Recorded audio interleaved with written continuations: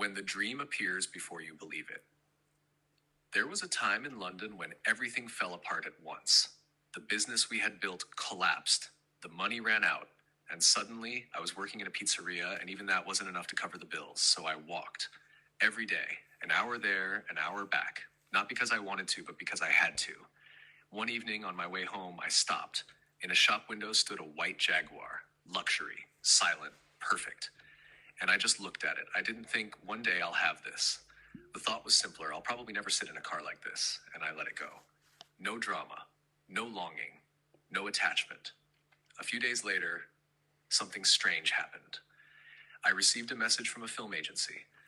I had been selected for a major film production, not primarily as an actor, but in a role where acting and trust came together as the driver of one of the lead actors. I had an acting profile, and I had just obtained a private hire driving license. That combination opened the door. There was just one detail. I barely drove in London. I had never driven a luxury car like that. I had never driven on the opposite side of the road, and I certainly had never driven knowing that dozens of cars, cameras, and people would depend on my move. When I arrived on set, it was raining. Equipment everywhere. Pressure, time, money. No one could afford a mistake. Then they showed me the car, a Jaguar XJL Luxury, a long limousine. Black, the exact same model I had seen days earlier in the shop window, just a different color. That's when I understood something important. Consciousness doesn't respond to words, it responds to state. I hadn't desired the car, I had simply seen it, without need, without resistance, without a story.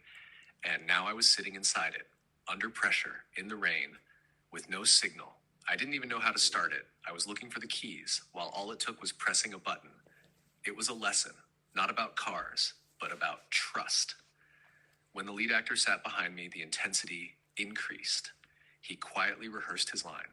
Then suddenly he spoke it out loud, strong, raw, exactly how it would sound in the scene. I was so startled that I almost ducked under the steering wheel, and he immediately apologized. In that moment, the film disappeared. The roles disappeared. Only one human facing another remained. The scene worked. The car moved. We crossed the bridge. The film was made.